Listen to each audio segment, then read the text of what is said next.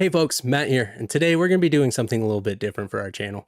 We're going to start taking some time periodically to highlight some indie TTRPGs to maybe help get them in front of some new people, or even some folks who have heard of them but might not be super familiar with what they're all about.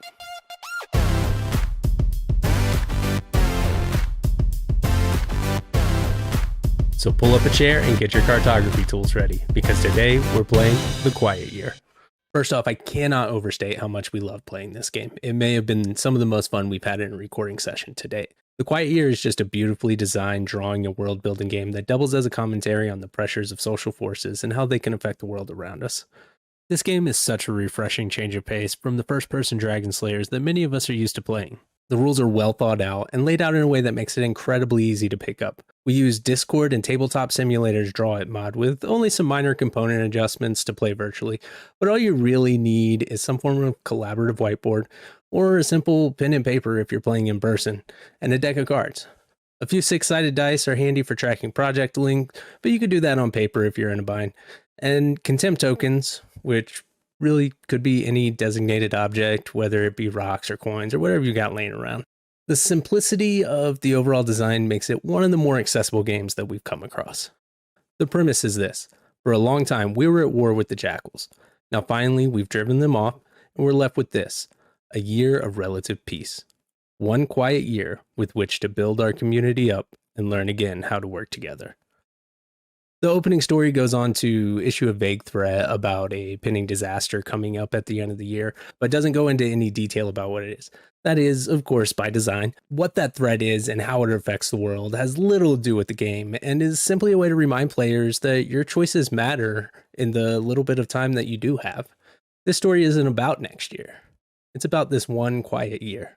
Are you drawing the monster from Ski Free? That's what I thought. Yeah, I literally 100%. thought the same thing. This game does away with the traditional GM and opts instead for a facilitator role.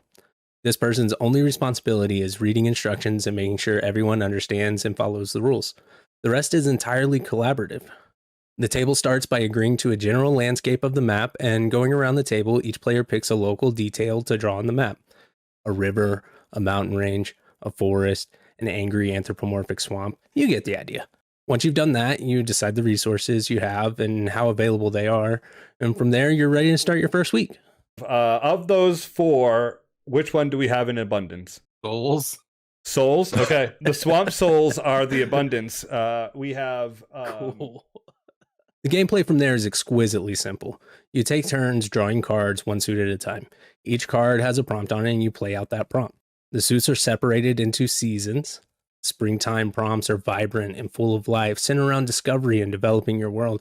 While the further you progress in the year, the more distressing circumstances feel as the looming threat grows closer and prompts become more dire. Each turn is 1 week where you draw a prompt and sketch the outcome, advance your project die, and take an action. While the prompts offer fantastic opportunities for building out your world and providing tension, much of the fun of this game comes from the action phase. Here, you're able to discover something new, thereby adding a new location to the map. Yeah, almost like an ancient tomb. We don't actually know what's in it. This is a dungeon crawl. Start a major project, whether that be building a bridge, starting an expedition, starting a local adventuring academy, cleaning up the water supply, or starting a second competing adventuring academy. They decide to also create an adventuring academy adjacent to the academy. The choice is the players on their turns and their turns alone. The rules discourage feedback and suggestions from other players during a turn in order to offer each player an opportunity to nudge the community in the direction of their choice, generating a real feel of sometimes adversarial social movements guiding the direction of the town. We need another town meeting.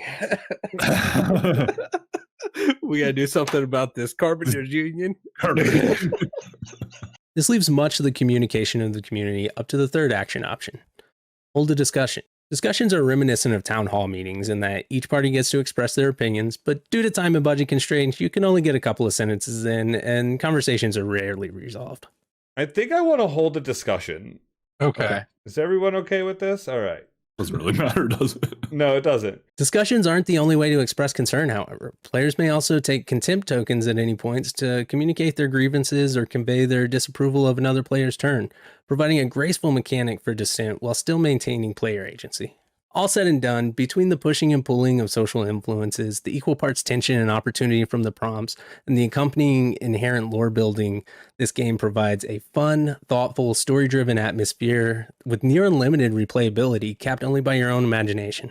This game is best with 2 to 4 players, and you can expect it to take around 3 to 4 hours to play. If you're looking for a quicker session, the rules do offer a simple express version that should take about half that time. We highly recommend this game to anyone who enjoys cartography, world building and lore, quiet introspection, and any of the combination of the 3. You can find the PDF version or the full game set at buriedwithoutceremony.com. We'll provide a link in the description. While you're there, be sure to check out the designer's other awesome games and offerings. If you like this video, be sure to like and subscribe for more like it, as well as actual plays, skits, and so much more. We plan to continue highlighting some of our favorite games in hopes that some folks might like them too. If you played The Quiet Year, let us know what you think in the comments. We'd love to hear your thoughts. Also, feel free to comment any games that you'd like to see us review, and we'll be sure to check them out. Thanks for watching, and we'll see you next time.